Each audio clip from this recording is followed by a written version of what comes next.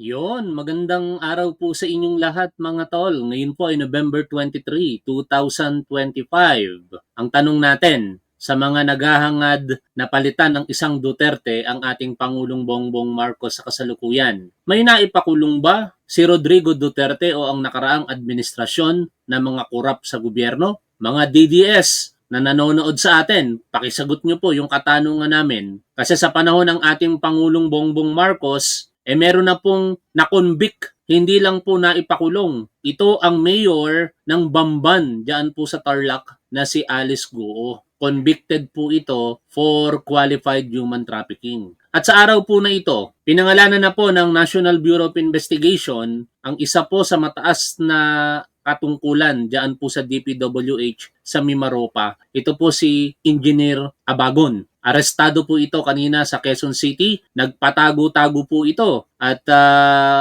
una nga, tiningnan ng ating National Bureau of Investigation sa kanyang tahanan sa May Cavite pero wala doon at nagpalipat-lipat di umano ito ng kanyang kinaroroonan at gumagamit pa ng burner phone o yung telepono na ang SIM card ay hindi po nakapangalan sa kanya para hindi po matrace ang kanyang location. Pero sa galing ng ating National Bureau of Investigation, natuntun po siya sa Quezon City. At ito ang siste dito mga tol ang bahay na kinaroroonan kung saan naaresto itong si Abagon ay di umano pag-aari daw ng isang politiko. Ang tanong, sino kaya ang politiko na ito? Pero balik tayo sa mga Duterte. Hahangarin nyo ba na palitan ng isang Duterte na wala namang naipakulong na kurap sa panahon nila ang ating Pangulong Bongbong Marcos? Aba, ang ating Pangulo ang nagsimula ng laban na ito sa korupsyon. Kaya nga sabi ng ating Pangulo, tatapusin niya ito. Kaya kailangan po nating suportahan ng ating Pangulo hanggang June 30, 2028. Yung mangyayaring mga rally sa November 30, tingin ko, hindi na yan ganoon kalaking faktor. Mas malaking faktor yung nangyaring rally ng Iglesia ni Cristo noong November 16 at 17.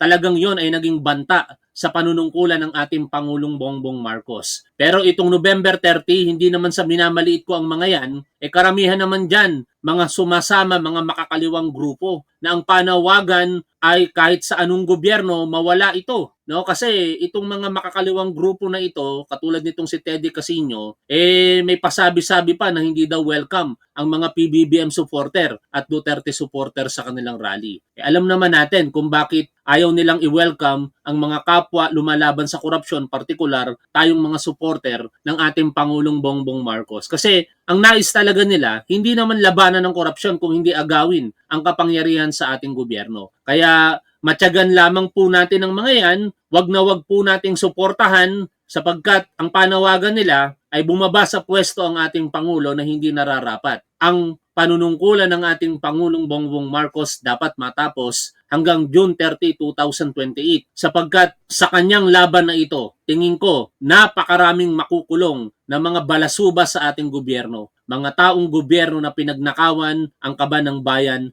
ng bilyon-bilyon. And we are hoping na itong abago na ito masundan pa ng mga malalaking isda, partikular yung mga senador na sinasabing may kinalaman sa mga malaking katiwalian na ito na nangyari sa kasalukuyan. Panoorin po natin ang pag-uulat ni John Consulta kung saan dito binlag niya o ibinalita niya yung ginawang law enforcement action o pagsisilbi ng warrant of arrest ng ating National Bureau of Investigation. Mga kapuso, nagkita rin nga tayo sa bahay kung saan naaresto ng mga tauhan ng NBI-PID at NBI National Capital Region o NBI-NCR. Ito ang si Engineer Dennis Abagon, OIC ng iba't ibang mga dibisyon sa may bahagi ng DPWH Mimaropa. Isa siya sa mga inisyuhan ng warrant of arrest ng Sandigan Bayan kaugnay sa flood control projects. Alam niyo mga kapuso, dito siya nagtago, pakita ko lang sa inyo, itong pinakabahay.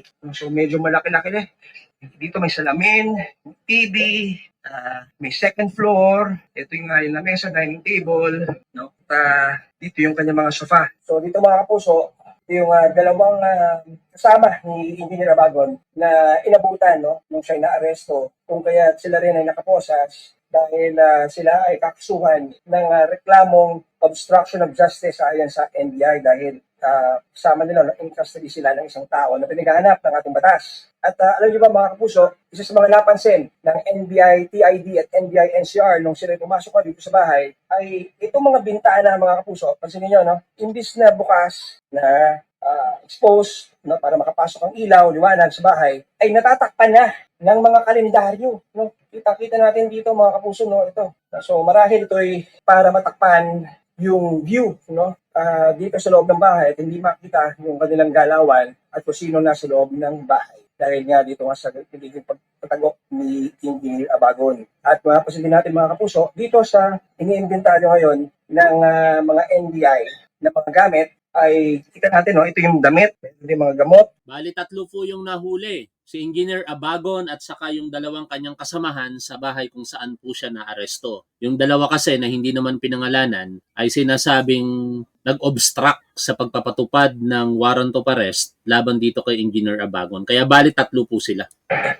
At ito pa mga personal effects na kasama sa gamit sa bag ni Engineer Abagon nung siya ay abutan dito. No? Sumarahil, sabi ni Engineer Abagon, siya raw dapat ay susuko na. Tanda na, no? Puting-puti na halos lahat ang buhok, si Engineer Abagon. Pero wala Nilamon ng sistema di ba? Mamaya meron niyang interview ni John Consulta na papanoorin natin, ano? Pero tapusin muna natin itong report ni John Consulta. Pupunta lamang sa kanyang abogado. Nag-aantay na lamang ng final advice, no? Pero ayon sa NBI, meron din naman silang theory na maaaring itong ginagawa ngayong pag-iimpake ng Engineer Abagon ay para lumipat at makapagtago sa iba pang area, no, na malayo dito sa Metro Manila. Ang isa sa mga kapansin-pansin, mga puso, na napansin ng NBI, no, na nagsagawa ng operasyon na to, ay bukod na sa kanyang mga personal effects na meron na siya naka-impake mga damit at gamit, dito sa kanyang mga cellphone na na-recover sa kanya, ay agaw pansin mga kapuso, itong isang, no, brand new na bagong biling SIM card at isang analog na cellphone, no, yung hindi smartphone. Ito mga kapuso, nalapit ko. So, ito yung SIM card, ito yung analog na cellphone, yung kulay puti, no, na maliit. Yan, salamat sir. No? So yan, natin mga kapuso. So yun yung pinaka na-recover dito sa ating suspect. At ayon sa NBI, maaring itong mga gamit daw na ito ay burner SIM at burner phone na sa pagnanais nitong si Director Abagon or Engineer Abagon na makaiwas sa trace o para hindi ma-detect bago yung kanyang SIM card at hindi malalaman na siya pala yung may gamit ng number na yun. So lahat ito ay pinag-aaralan na ngayon ng NBI, nasigawa sila ng mas malalim na investigasyon, lalo na sa mga taong tumulong, no, na magtago siya. No? At kabilang na dyan, itong ating bahay na kanatitilikan na pag-alaman, no, ng mga kapuso ng NBI NCR at NBI TID at syempre kasama din dyan yung effort ng Public Corruption Division at NBI Cybercrime Division na itong bahay na ito ay itong pinagkataguan ni engineer ay isang bahay na pagmamay-ari ng isang politiko. Sino ang politiko na ito? Yan ang talagang aantabayanan natin Pero baka sabihin naman dito ni John Consulta Pero malamang sa malamang, hindi. Sino ang politiko na ito? Quezon City Kanino kayang bahay ito? Kung saan parang kinanlong itong si Engineer Abagon. Alam niyo kung mapapatunayan na kinanlong sa bahay na ito si Engineer Abagon na pag-aari po ng politiko, maaaring masangkot pa ang politiko na yon. Pero ang tanong, baka sangkot din yung politiko na yon sa flood control anomalies, kaya parang kinakanlong niya ngayon itong si Mr. Abagon. Oh, yes, mga puso, isang politiko ang may-ari daw ng bahay nito ayon sa ating mga nakusap sa NBI. So kung sino yung politikong yan, ay ating aalamin sa pagpapatuloy ng investigasyon na sinasagawa ngayon ng National Bureau of Investigation. At kakibat niyan, nandoon ng anunsyo nga, paulit-ulit na paalala at apila, mensahe galing sa NBI, sa pamumuno ni NBI Director Lito Magno, na doon sa mga at large ay mangyaring mas mabuting sumuko na lamang agad-agad at para magkaroon ng pagkakataon na maging maayos yung kanilang pagpunta sa custody ng mga otoridad dahil baka may mangyari pa untoward incident sakaling sa labas sila, no, maabutan, no. So tulad nga nito nangyari to kung saan dawit pa sa kasong obstruction of justice yung kanyang mga kasama nang siya ay maaresto. Siguro mo, nandamay pa. No? Imbis na siya na lang ang maaresto, nadamay pa yung dalawa niyang kasamahan. Ito, panoorin po natin yung interview sa kanya, kay Engineer Abagon. Nung nalaman mo na may warrant po kayo, bakit hindi na lang kayo sumuko? Hindi, susunod naman kasi. Kaso, Pwede sa lawyer na kasi sila naman. Okay, pero gusto mo talagang sumuko? Yung inabutan pa kayo ng NBI? Gustong sumuko pero gumagamit ng burner phone. Tapos nagpapalipat-lipat ng lokasyon. Hindi ka panipaniwala, di ba? Nasusuko pagka gano'n ng tao. Pasok na kayo? Pasok na kayo? Pero kung pasok na kayo, sir, bakit kayo gumagamit ng mga paraan para hindi kayo ma-detect? May burner SIM, may burner phone. Wala po, hindi po yun. Hindi po kami hindi po yung pagpaparang ng paano po. Hindi yan. Kasi sir, Ayan na nga po yung damit. Didiretso na saan? sa akin. Yan. Ang magnanakaw talaga, sinungaling. Ano? Nagsisinungaling pa eh. Abogado. Pero kung susuko kayo, kanina ba dapat kayo susuko? Kasi ato po ang sa Attorney niyo. siya na lang po ang pangalan daw. Okay.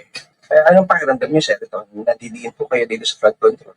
Wala naman. Kasi wala naman ako kung nagawang masama ko. Ginawa ko lang naman po yung trabaho. Pero can you say, sir, kung kumita ka kayo dito sa mga flood control projects? Hindi kayo kumita. Naku ng teting na yan. Lokohin nyo lelang nyo. Tandaan nyo na po. Nagsisinungaling pa rin kayo eh. Hindi kumita. Ano yan? Parang saldi ko lang. Inutusan daw. Tapos wala daw kinita. Gustong iligtas ang kanilang mga sarili. Ito ngayon ang sitwasyon mga tol. Ang ating Pangulo hindi lamang salita kung hindi may gawa. Ang dating Pangulong Rodrigo Duterte nagsalita pero walang gawa. Kung natatandaan ninyo, sinabi ni Rodrigo Duterte na ang daming ghost project sa DPWH. Sabi imbestigahan. Inimbestigahan ba? Hindi. Meron bang napanagot? Wala. May nakulong ba? Wala.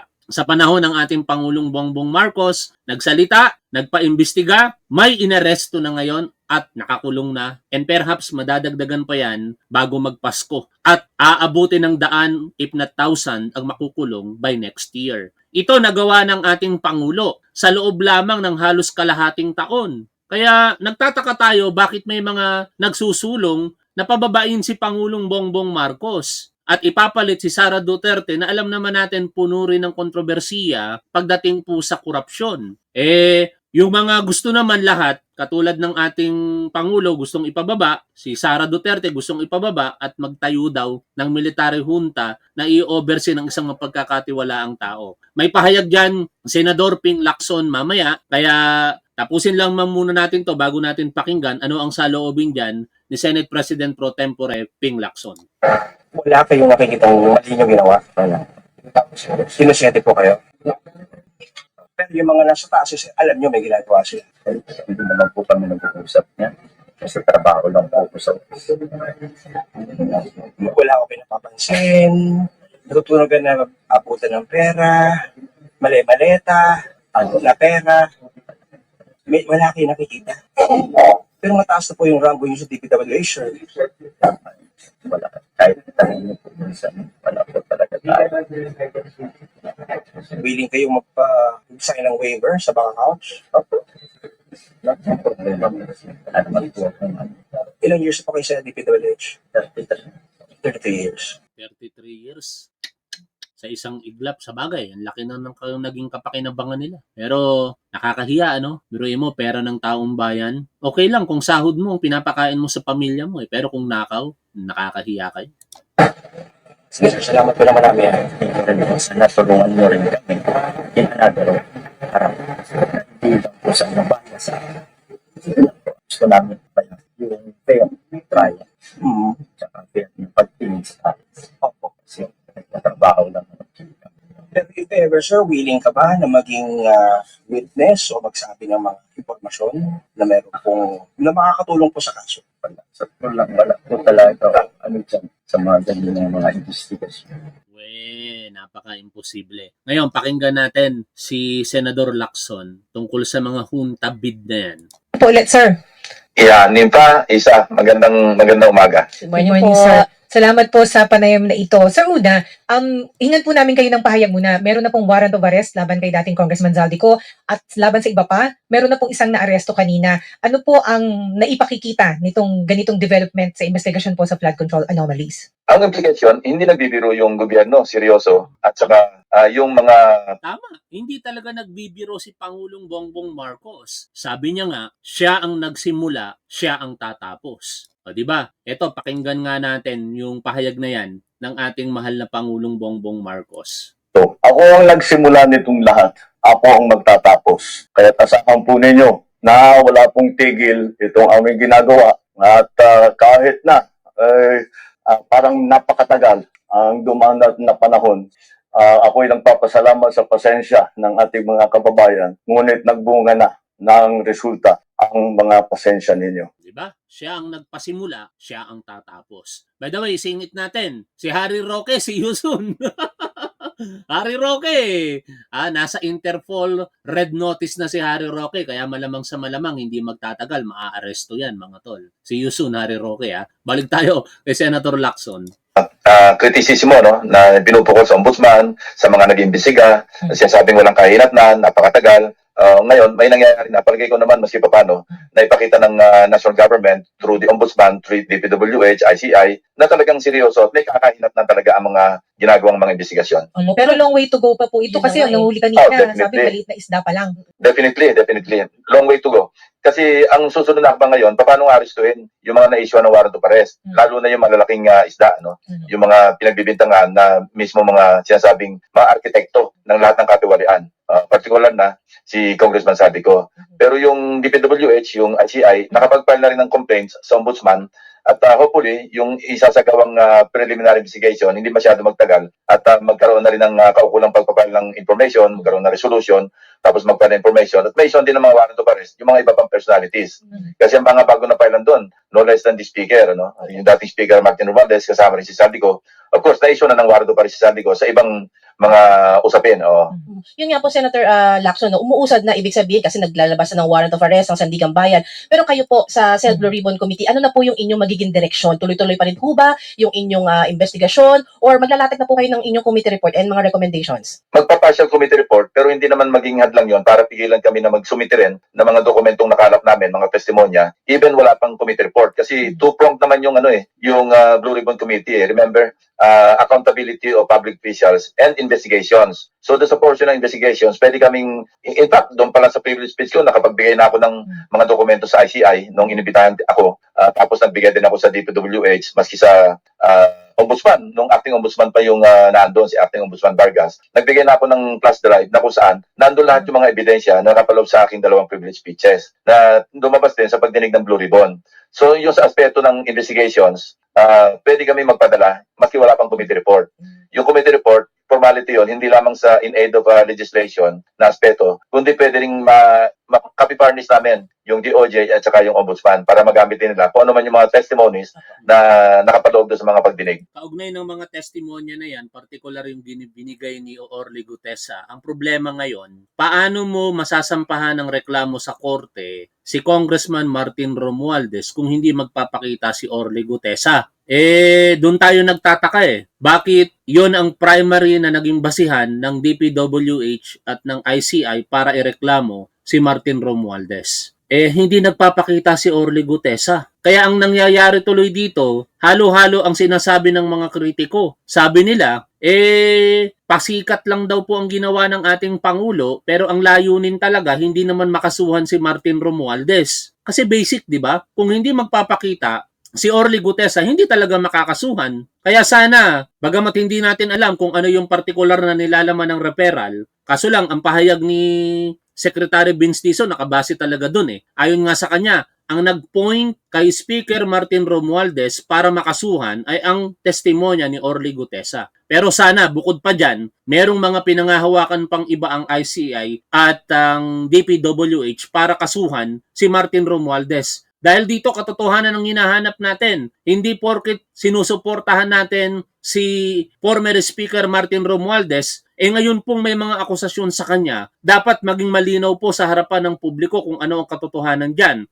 At ang katotohanan, mangyayari lamang kapag dumaan sa proper forum. Pero kung yun lamang, uulitin ko, yung testimonya lamang ni Orly Gutesa, hindi po mangyayaring maiakyat yan sa korte. Hindi pwedeng yung witness hindi magpapakita sa prosecutorial body katulad po ng ombudsman.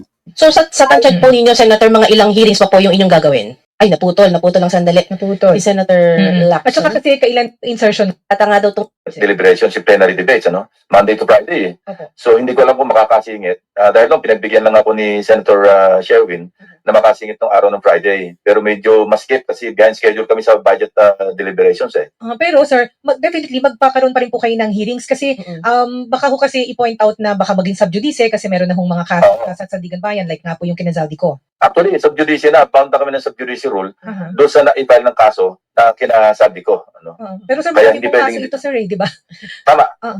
Ang sinasabi ko lang, bound kami ng subjudice rule doon sa mga kaso na na-file. Ayun. Pero hindi pa na-file na mga ibang kaso naman. Halimbawa kasi na-file dito, I believe yung sa Oriental Mindoro, di ba?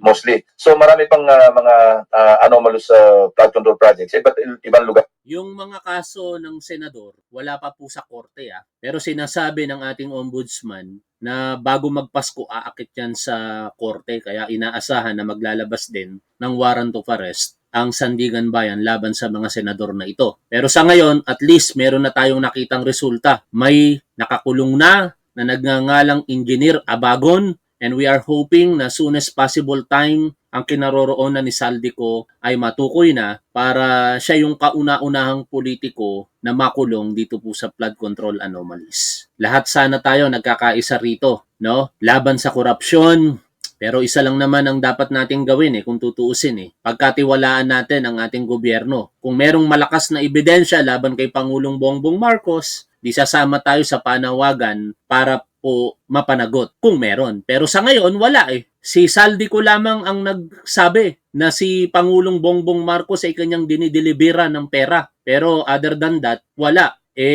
Alam naman natin kung ano ang motivation ni Saldico. Iligtas ang kanyang sarili at higit sa lahat, sumama sa mga nagnanais na bumagsak si Pangulo. Dahil malamang sa malamang mga tol, napangakuan itong si Saldico kung sino man yung papalit kay Pangulo. No, kapag ka natanggal sa pwesto si Pangulong Bongbong Marcos, malamang sa malamang pinangakuan ito na mawawala ang lahat ng mga kaso mo, mapabagsak lang natin si Bongbong Marcos. Pero ako naniniwala ako na ang kasamaan hindi magtatagumpay sa kabutihan. Ang ating Pangulong Bongbong Marcos, ayon na rin sa ating pinapakinggan na si Senador Lacson, parang nakikita niya nga raw ang kanyang sarili sa ating Pangulo na napakabait. O siguro sinasabi ni Senator Lacson na napakabait niya, pero isang pahayag na nagre-reflect sa ibang tao kung anong merong personalidad si Pangulong Bongbong Marcos. At ako'y naniniwala na walang kasalanan si Pangulo dito. Hindi niya pangungunahan ang investigasyon, hindi niya ipupursu ang mga nangyayari sa kasalukuyan kung siya ay may kasalanan. Napakasimpleng logic lang yan. Hanggang dito na lamang mga tol. Maraming salamat po sa inyong lahat.